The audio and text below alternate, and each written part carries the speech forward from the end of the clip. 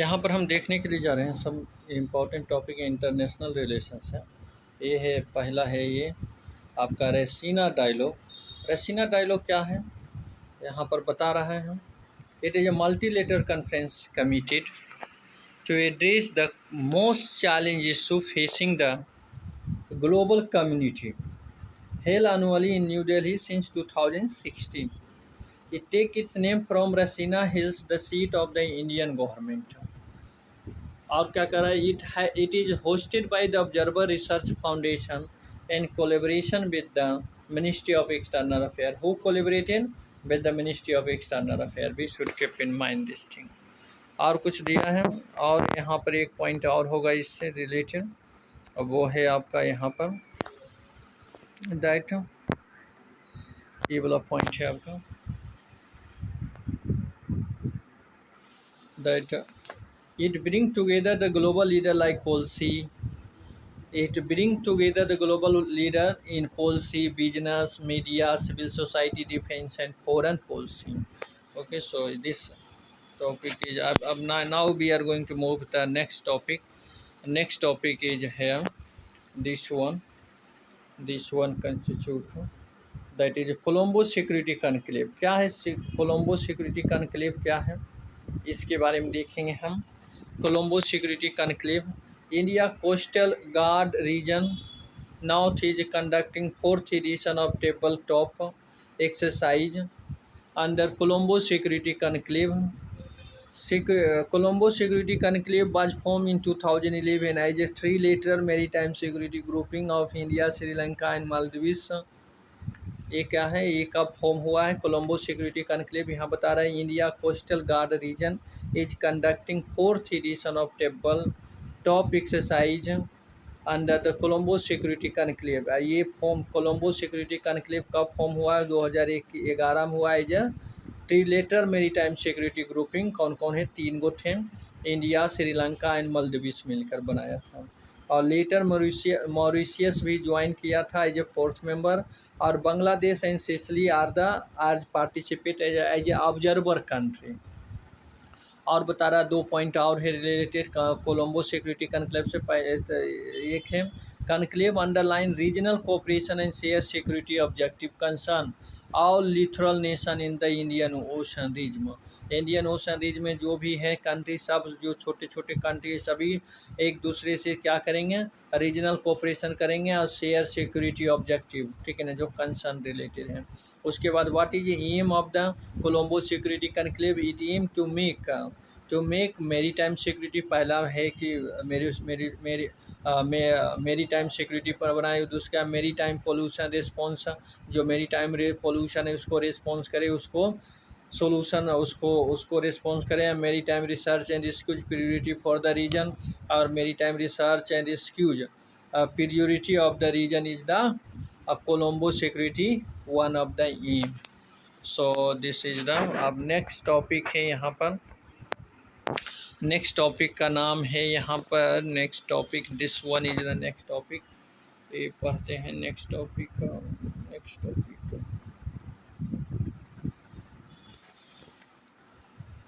UNSCR 2393 United Nations Security Council resolution country report on terrorism 2021 was released by UN Bureau of Counter-Terrorism. A report hailed India for its effort in 2021 to detect, disrupt, and degrade operational for terrorist organization. ये भाई united nation security council resolution 2396 क्या कर रहा है, ये country report on terrorism 2021 by release by the, कौन कौन release करता है, US bureau of counter terrorism. और क्या कर रहा है, report hail India for its effort in 2021 to detect, disrupt, degrade operational और टेररिस्ट ऑर्गेनाइजेशन। टेररिस्ट ऑर्गेनाइजेशन एक report hail India for its effort in 2021 to detect, disrupt and degrade operation of terrorist organization. Terrorist organization का जो है, terrorist organisation है उसको degrade करना है, उसको डिसरप्ट करना है, उसे डिटेक्ट करना है, ये आपका इंडिया को इंडिया का एफर्ट है।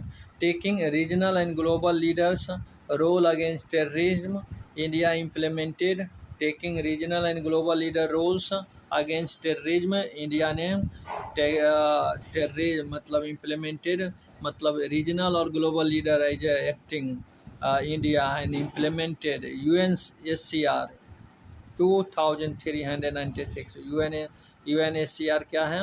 United nation security council resolution है, that is United nation security council resolution 2396। United nation security council resolution 2396 urge member state to stem the threat posed by the foreign terrorist fighter through measure on the border, control criminal justice, information sharing, and counter terrorism. Counter terrorism.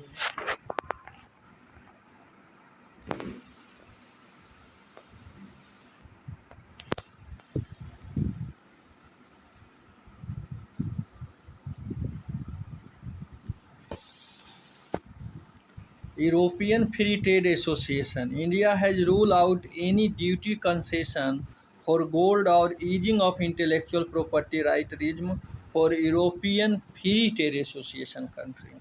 European free trade association पढ़ेंगे, European free trade association पढ़ेंगे। ये क्या है? India has rule out any duty concession for any duty concession for any duty concession for gold और ease of intellectual property right regime for European free trade association country. और क्या है European free trade association? क्या है? It is a inter governmental organisation of Iceland, Liechtenstein, Norway, and Switzerland. It was set up in 1960. A Stockholm Convention for the promotion of free trade, economic integration between its members. European Free Trade Association is the ninth largest trade in the world in the merchandise trade and the fifth in the service trade. This is the important point. दो वो और है सब topic, उसको हम देख लेते हैं। पहला है यहाँ पर, पहला सब टॉपिक है, ये है आपका, ये है आपका, ये कह रहा है इसका नाम क्या है? इसका नाम है विंडसोर फ्रेमवर्क। विंडसोर फ्रेमवर्क क्या है भाई? UK government reach a landmark deal with the European Union on post Brexit trade rules that will govern Northern Ireland. Windsor framework will replace the Northern Ireland Protocol. Framework has two crucial aspects: introduction of a green lane and red lane system for goods that will stay in Northern Ireland and those that will go to the UE respectively. एक और है, एक point और यहाँ पर दिया है, ये क्या रहा है? A storm break allowed Northern Ireland lawmaker London to veto any EU regulation they believe affect the regional adversity. तो ये है विंडसोर फ्रेमवर्क। अब आगे पढ़ेंगे, अगला है, एक और है, एक और है, एक और है टॉपिक जो लास्ट है इंटरनेशनल रिलेशन टॉपिक में मार्च का, ये है ऑपरेशनल इंटरफ्लक्स। क्या है operational Interflex? Is a part of United Kingdom's commitment of 2.3 million euro for military aid and support to उर्किन को सपोर्ट करने का ये ऑपरेशनल इंटरफ्लक्स है। Under it UK and other country including Canada, New Zealand, Australia, Norway, Denmark, Thailand, Sweden, and Lithuania, Netherlands are training Hurricane military को ये train भी करते हैं सभी कंट्री को, ताकि ये फाइट कर सकें।